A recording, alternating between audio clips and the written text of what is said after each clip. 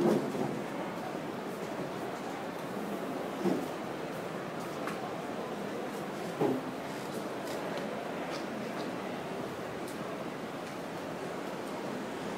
and gentlemen, educating the mind without educating the heart is no education at all. The motion for today is this House will abolish single-sex schools. The definitions are: by abolish, which we mean formally or legally terminate the system of single-sex education. By single-sex schools, we mean an institution where the process takes place, but males and females are totally separated, which they attend different classes in different compounds or buildings. And I would like to emphasize that they should not replace co-ed schools with single-sex schools. The onus for our house is single-sex schools must be abolished as they are irrelevant, injustifiable, and incapable. The onus for opposition team is single-sex should not be abolished, but prove that there is a need for both. And I would like to emphasize again that they should not replace co-ed schools with single-sex schools. I would like to start with 2 points. First point is limit opportunities and discrimination. Limit opportunities. Single-sex schools limit the opportunity to work with the other gender. By this, for example, let's use us as an example. Students, according to research of New South Wales, we spend at least 6 to 8 hours in school. Means our time, our childhood or our time is spent in school. So if we are in single-sex school, we are used to be within the same gender. Wouldn't this affect their workforce when they have to work with other genders? Hence, it limits the opportunity to work cooperatively with the opposite sex to coexist successfully with them. I would like to start on my second point, which is discrimination. Single-sex education is a discriminatory. It is a form of not practicing equal educational opportunities as defined by the American Civil Liberties Union. The American Civil Liberties Union filed a suit at an American school because they were practicing single-sex education. Let me give you an example other than America. In conservative societies, the boys are more preferred as compared to the ladies. And this is called patriarchal societies. As a result, the boys' education quality is, by this, the boys educators, the best educators were placed in the boys' school if they are in single-sex schools. As a result, the boys' education quality will get higher compared to the girls. So, how is this empowering to the girls in the future? It will affect the girls, especially if the educational quality is lower than the boys when they join the workforce later on. So how is this fair? Yes. You said that the boys, without the boys will actually attend single-sex schools and the girls will have lower educational standards. But don't you think some girls also attend single-sex schools? Some girls also attend single-sex schools. So won't they have equal educational standards? I'm sorry, sir. What I think is totally out of point. What I said, and I repeat this, the boys are usually preferred. That's why the best educators were placed in the boys. Therefore, the education quality is higher than the girls. The girls' education quality. So, isn't this unfair? So, in a nutshell, single-sex schools should be abolished because it limits their opportunity to later on when they join the workforce.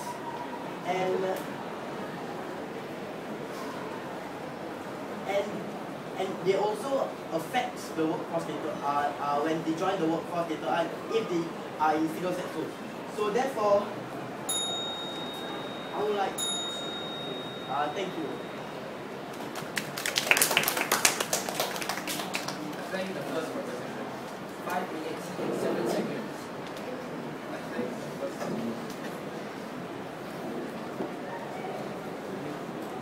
Thank the first proposition speaker for his speech. And now to open the case for the opposition. I call upon Siglap.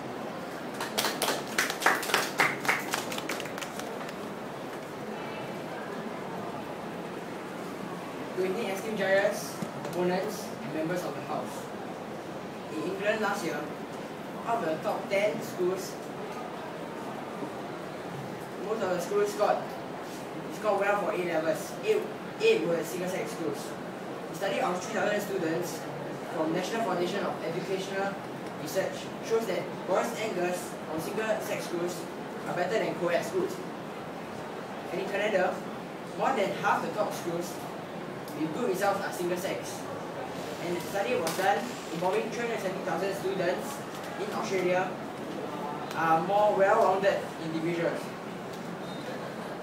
Now, the statistics are cold, hard facts. This shows indeed there are merits to single-sex schools. Ladies and gentlemen, this is why we, the opposition, are here today to prove the fact to you. The motion is this House to abolish single-sex schools.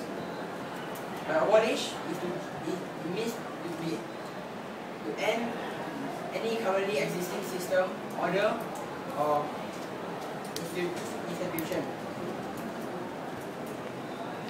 The main question is why? Why are we trying to abolish single-sex schools? This is what proposition must prove today. The proposition must prove that without a doubt, there are simply no merits in letting single-sex school exist, keeping in mind that single-sex school and co-ed schools are not mutually exclusive. My name is Bing Chen and I'm the first speaker for the opposition. I'll prove to you why single-sex schools shouldn't be abolished as long as there are merits in it. Our second speaker, Thaddeus, will be explaining how confidence in single-sex classroom is key to educational success. And our third speaker, Julian, will handle the rebuttals. To begin my argument, I'd like to ask you this. What's the purpose of school? It's to nurture young minds and educate them. I believe both single-sex schools and co-ed schools have this purpose. Both of them fulfill them. And what's the purpose of a single-sex school? A single-sex school is a pedagogical model that provides equal opportunities to different needs of girls and boys alike. And this leads to my first point. And science proven that boys and girls have different learning styles. Researchers found out that neurological development in males are different from girls, whereas girls are naturally hardwired. They can sit still and focus, while boys are more engaged in kinesthetic learning. This research was found by Michael Goran. He is a social philosopher and pioneer conducting neurological development research of different learning styles of boys and girls. As educators are not aware of these circumstances, they tend to misdiagnose boys who are not having attention deficit issues and learning disabilities. This leads to boys' disadvantage. Educators might have typecasted them as being more troublesome as their opportunity to learn is lower. Therefore, this proves that different genders have different needs. So, single-sex schools are able to educate and tailor their lesson to suit the inherent needs of different genders. The logic is as simple as that. Ladies and gentlemen, let's not forget our main purpose for schools to exist, which is education. Why try to get rid of an institution that promises an enhanced education?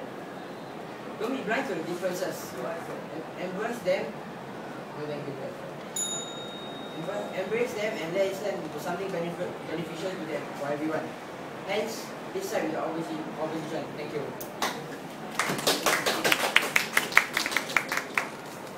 4 minutes and 10 seconds.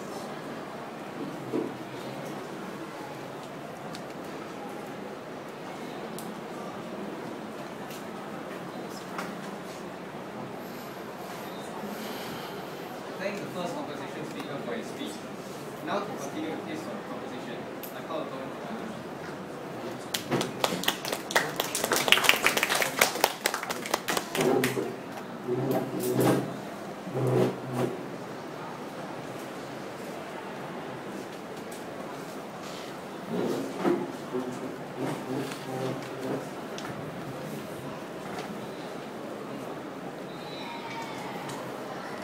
Ladies and gentlemen, as what the first speaker from the opposition team said that different genders have different learning styles. That's why they should be separated. But if they have different learning styles, they should be put in co-ed schools instead, because then both genders can learn different ways of studying. And I will emphasize the point that I'm going to say later. They also said that the opportunity to learn is better. But in conservative society, whereas the male dominant will have better educators than females. Will females then have a better opportunity to learn? No. Okay, moving on.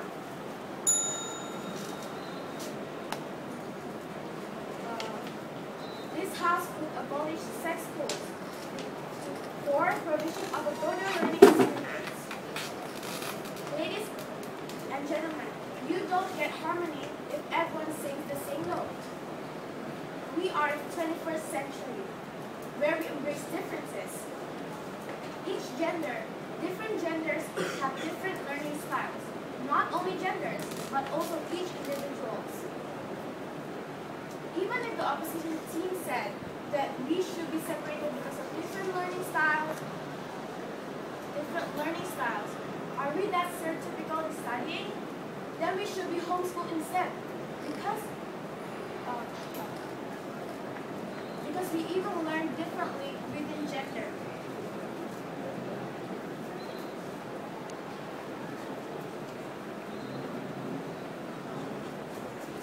When female and males are placed in a co-ed schools with higher female population, they can learn varying techniques of studying.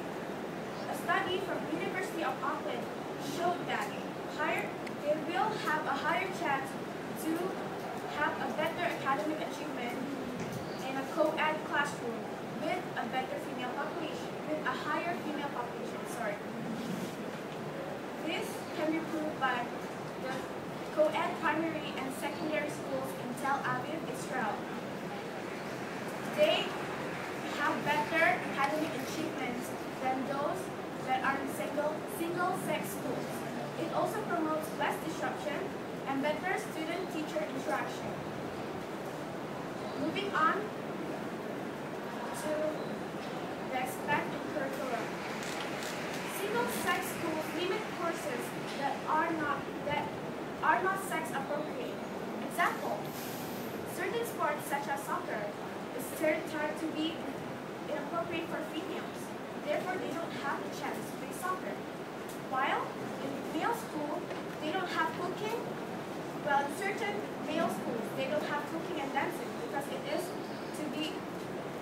stereotyped to be only for females.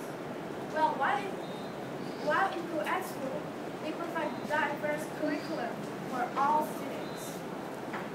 Therefore, I would conclude that this house should abolish single-sex schools. 3 minutes and 47 seconds. Abolish. We got 5 minutes actually to speak. thank the second proposition speaker for her speech. And now to continue the case for the opposition, I call upon Thaddeus.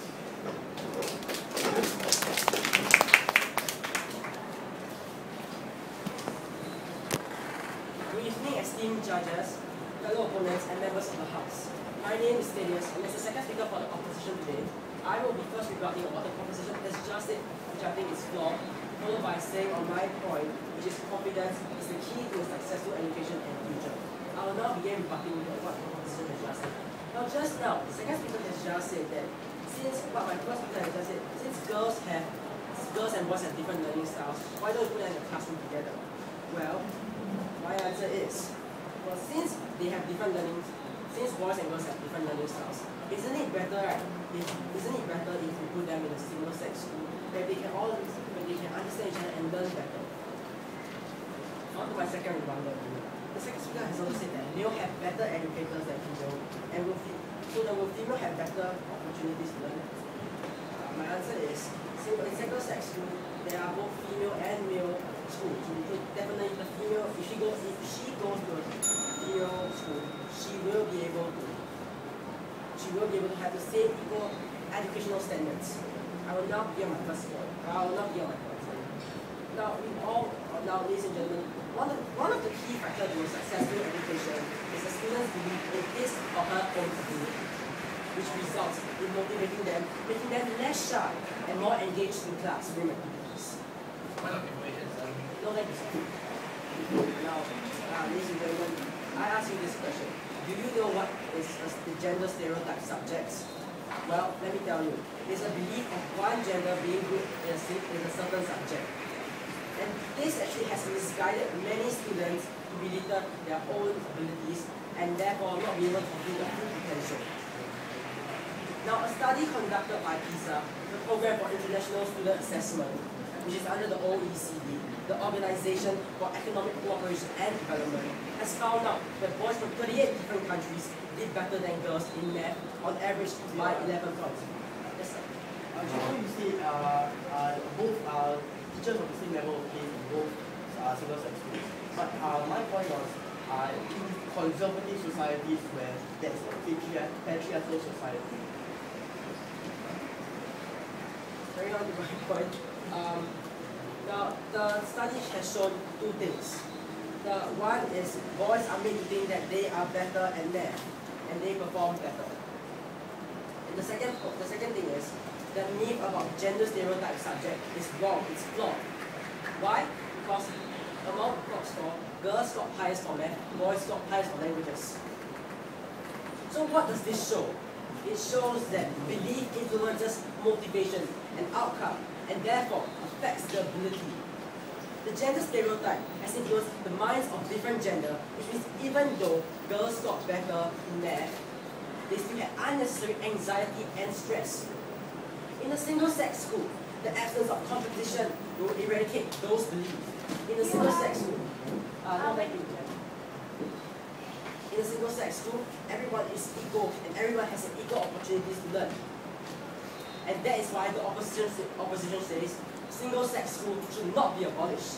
Now, ladies and gentlemen, before I end my speech, I'll leave you a quote by U.S. Secretary of State Hillary Clinton.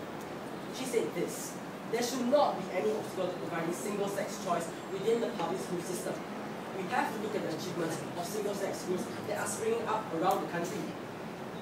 We know this has energized students and parents alike. We could use small schools such as this. If Hillary Clinton, a learned woman, believes and sees the potential in single-sex school, and this also has energized parents and students, then I see no reason why we should abolish single-sex school. And therefore, ladies and gentlemen, I urge you to go with the opposition. Thank you." 4 minutes and 7 seconds.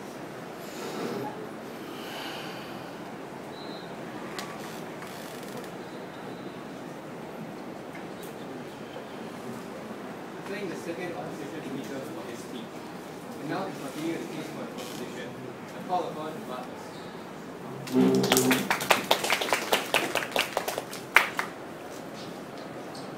Alright, ladies and gentlemen, what they have said earlier on is totally rubbish. In patriarchal societies, granting females the path of education via means of single-sex schools is not going to quite achieve. the ideas of equality. By segregating females from males, it's a form of discrimination, which is what the side opposition wants. It is totally absurd. And even if females are granted education, not being able to work with the opposite gender, if they are not able to work with the opposite gender, how can they even study each other? Right? The purpose of educating them is, in the future, they can find careers or jobs.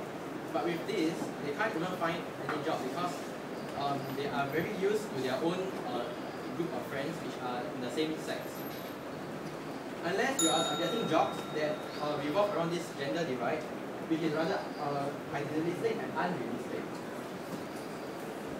The next thing is confidence. The opposition is trying to push to the point that they can gain confidence in single-sex schools. But this is also totally wrong.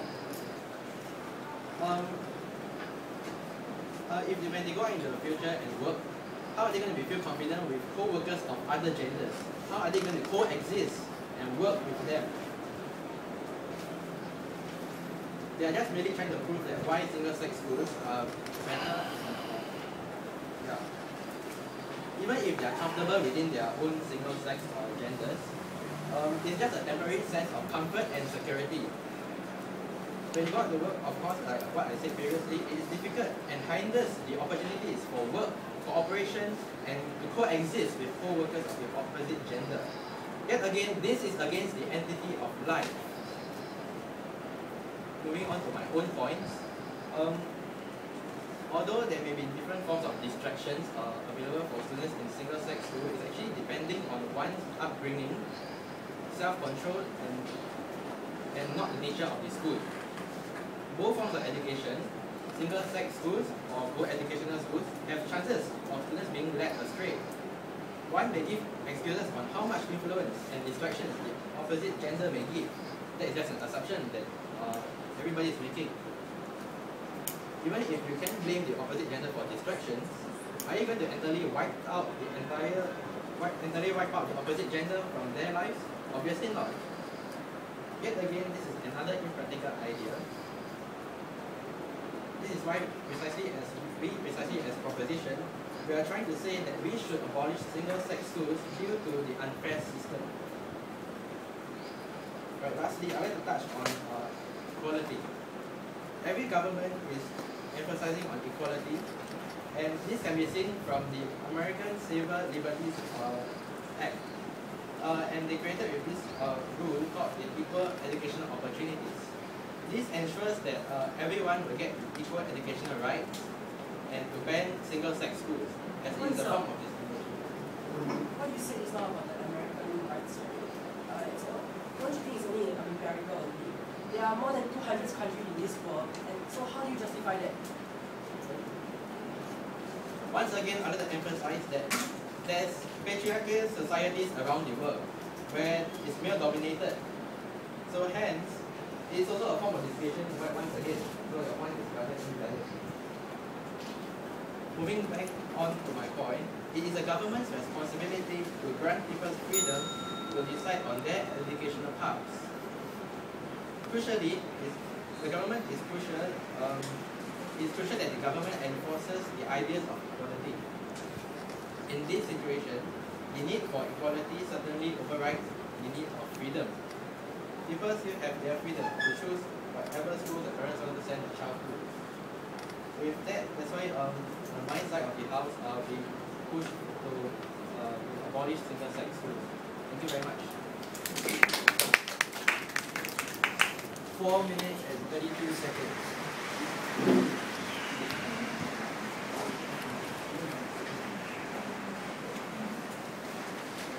I think the third proposition is speech. Now continue the next proposition. I call upon William.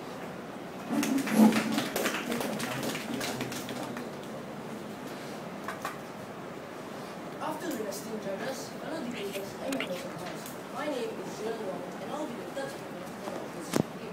As the third speaker, I'll be pointing out the loopholes in what the opposition has said and prove to you why the opposition will own this debate. Okay.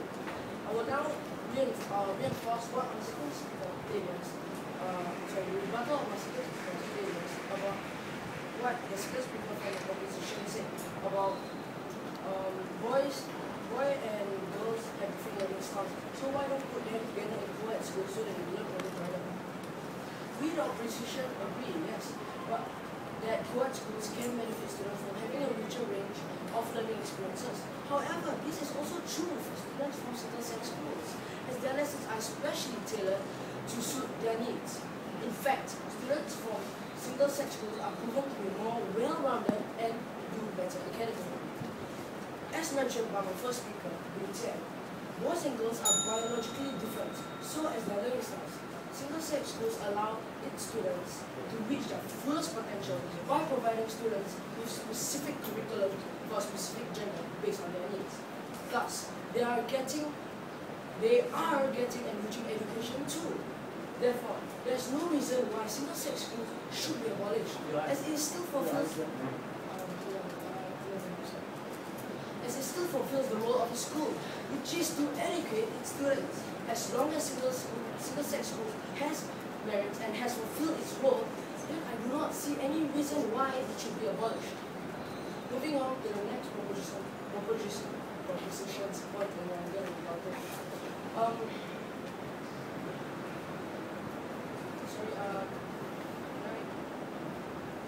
The proposition has mentioned about single-sex. The proposition third speaker for the proposition has mentioned about students from single-sex schools will not be able to communicate with the other sex and therefore will miss out on vital skills, social skills in the later work life where it will be hard for them to communicate with the opposite sex. We, the opposition, do not agree with this, as after the students from single-sex schools are released from their school, they can communicate with the opposite sex. Opposite sex from their home. For example, their parents, brothers, sisters, and relatives. Furthermore, these students from single-sex schools can interact with the opposite sex through communities like community clubs and sport events. And even if these students can't even communicate with the opposite sex outside of the school, there are bound to be teachers of the opposite sex in single-sex schools that they could interact with and develop vital social skills for their later work life. And also, there is one more very, very important thing that students from single-sex school can communicate with the opposite sex with. Social media. Yes, people can use Facebook and Twitter, Instagram to meet other people of the opposite sex. The opposite sex. So that they could develop these social skills. So therefore, it doesn't mean that if you are from a single-sex school, you would lose out on these opportunities to communicate with the opposite sex and develop vital social skills. Now, ladies and gentlemen, I will now summarize our points for today's debate. My first speaker, Vincent, has proved that single-sex schools provide individualized education. Why is it necessary? Because boys and girls have different learning styles, are biologically different, and so as their learning styles. Both genders need different programs in order to learn. Why deny them a proper education? My second speaker, that is, has proven that confidence is the key to education success. This is because what boys and girls are made to believe about their own abilities is self-fulfilling prophecy.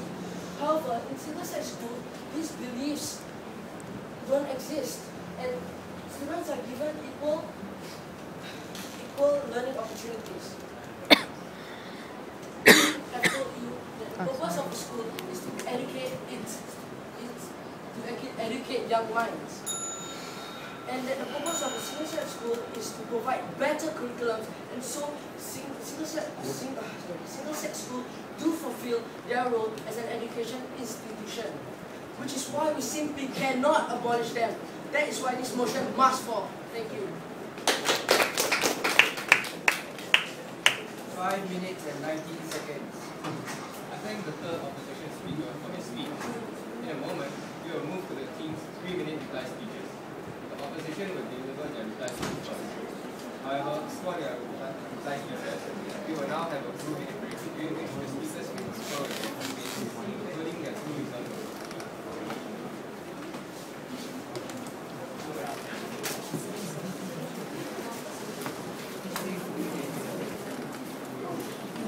Good evening once again, esteemed judges, fellow opponents, and members of the House. It has been a pretty exciting event, has it not? Arguments from both sides have come a long way. And so let me bring you back to the basics and bring our focus back in order to trace what this evening has encompassed. Now, what the problem? Now, the motion today is this House will abolish single-sex school. And basically, the debate is about why single-sex school should or should not be allowed to exist. Now, what the proposition has just said is relatively mostly about patriarchal society and that mixed schools are better than single-sex schools. And also, they have never even mentioned our yardstick for us. On the other hand, the opposition has directly tackled the motion and has given strong reasons why this motion must fall. The opposition has explained to you that as long as single-sex schools have some merits and it justifies their existence. It has also been scientifically proven that single-sex schools are the ideal model of education for more individualized attention and specially tailored curriculum to suit the different needs of different gender. Plus, the opposition has mentioned that we believe that both co-ed and single-sex schools can and should be allowed to coexist as both serve the same purpose, education. Therefore, it is not single-sex school that needs to be abolished, but the motion. Therefore, I urge you to go with the opposition. Thank you. 1 minute and 37 seconds.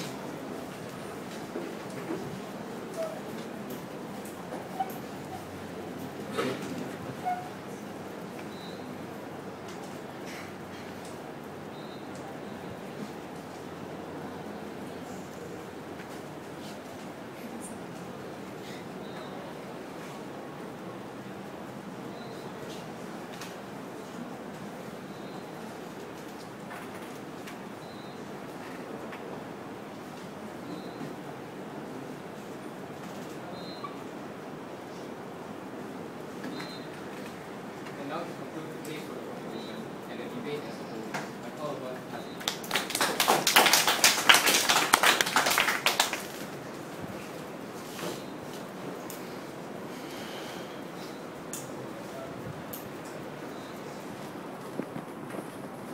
Ladies and gentlemen, as what Marcus has said, it is one's upbringing, self-control, and personal choice.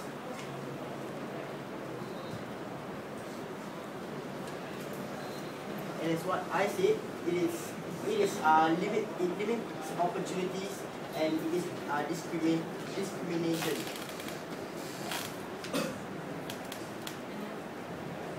And what the second speaker said, it is one's learning style of each individual that should be together, therefore they should be equal. So let me elaborate more on my point, which is discrimination. It is in conservative societies, a girls or woman is less advantaged than the boys because the boys have best educators because they are more preferred in the conservative societies. And this term is called patriarchal societies. And what Marcus over here said, let me elaborate more about it.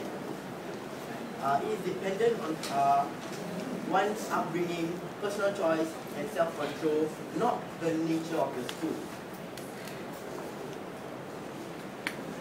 This also hinders the opportunity of work cooperation and to coexist with co-workers of the opposite gender in the workforce later on.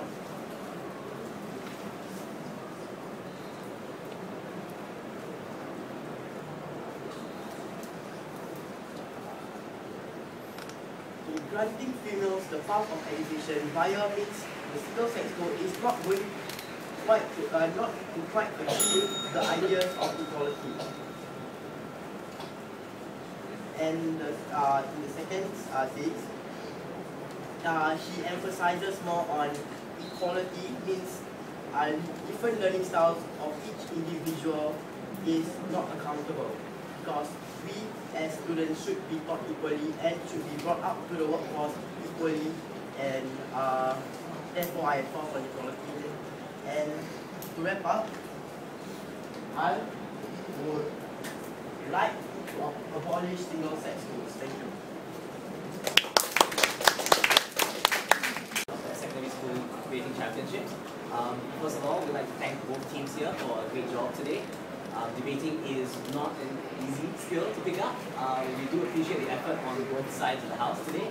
In terms of coming together, being able to speak up and try your best on both sides to engage both teams, and not here and present your case and make an argumentation in front of all of us. So kudos to both teams for a good job.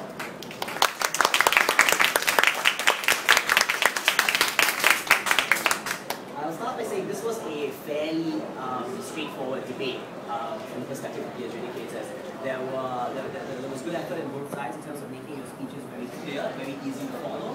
Also, I don't think any of us had any issues with being able to hear, being able to understand the points that both sides were bringing up. So there's a good effort there. The first step, of course, is to be understood by your audience. So the points brought up were very accessible to everyone, which meant that it was easy for us to understand where the arguments were going and to understand what we were trying to do as a team as a whole. So good effort on that perspective. In terms of the debate today, what we found was that both teams managed to agree very easily from the start on what the criteria was in terms of the objective to prove today, in terms of the points that it came down to, mainly twofold. That was to educate and to prepare students for the future. And the three main substantive points of clash that we saw in the debate today, the first one was on learning styles in terms of the quality of the education that was provided. The second point that was brought up was that of the issue of discrimination, segregation, and whether that was good or bad, positive or negative. And the third point that came up was that of the interaction, the idea of soft skills and EQ that was brought up by both sides of the house. So those were the 3 points that it came down to. And the side of the house that won the debate today was the side that was better able to do 2 things. Firstly, forward their points on these 3 areas, and secondly, engage the other team and show a concerted effort to engage, address the points that the other side brought up, and show why the other team had a more believable case and a more believable claim on these 3 aspects. So that said, let's move on to the idea of skills in which both sides of the house can work on in the future, in the subsequent rounds of this debate. So acknowledge that the debating style is a little hard to pick up. So just a couple of points of order. In terms of there are a couple of points. In terms of, let's start with the broader areas first. In terms of argumentation, what we saw today was very good effort on both sides of the house in terms of labeling key points, in terms of giving us very catchy, easy to remember, easy to identify with headers for the arguments. So labels were great. It was very easy to follow. It made sense. Now what we need both sides of the house to try and improve is to take this argument one step further. Ask yourself when you're actually making your claims, questions like how, why, what, where, simple questions that will let you, through answering them, you'll be able to take your arguments one step further and show people, what you are trying to say, as opposed to just making an unfounded assertion in that sense. The second area of argumentation is the concept of evolution across 3 speakers. It's very easy for all 3 speakers to come up, put the same header out, and you realize that essentially the debate becomes a he said, she said on both sides of the house. What we like to see is when speakers, the second and third speakers especially, try and take your argument one step further. So your initial claim would be brought up by your first speaker, that would be sufficiently evidenced or sufficiently argued, and your second speaker would then go on to show subsequent tiers of the arguments. Later on, we can give specific examples of how certain arguments could have been taken to the next level, but that's just something that everyone should be cognizant of. The second area of improvement for both sides of the House would be that of rebuttal action. Public speaking and debating differs in the sense that debating is significantly more about engaging the other team of what they're saying. That's the hardest bit because you have an entire week to prepare. In this case, what you're unable to kind of figure out what the other person is saying until they're actually saying it, and you kind of have 5 minutes to prepare a certain response. So try and practice like thinking on your feet and saying something simple, if not elaborately thought out and scripted, that would show that you are listening to the other side and you are trying your best to engage with them. So that kind of sums up those areas of improvement. Certain points of order that I said I would get on to in terms of points of information. Offer them, accept them, and if you take them, you must address them. It's difficult to think on your feet when someone else tosses something out of left field while you're up here speaking. So try your best to say something. Take a moment to pause, think about your response, and try and address it. It doesn't need to be eloquently presented, but any effort is well appreciated by both the audience and the communicators. So with that said, the team that won today, like I mentioned earlier, was a team that better managed to both engage and develop their points. On one side of the House today, we had a team that came up with strong arguments at the start that did not really evolve, and the team kind of tapered off towards the middle and towards the end. On the other side of the House, we had a team that started a little weak, both structurally as well as in terms of strategy, in terms of being able to engage the other team. But on that team, we saw a late rally that was convincing and showed us a certain level of sophistication of the argumentation, and eventually that was the team that won. So this was a unanimous debate, both in terms of the best speaker, not the best speaker was unanimous, as well as the actual debate. So the best speaker goes to the third speaker of the opposition today. And this debate was unanimously awarded to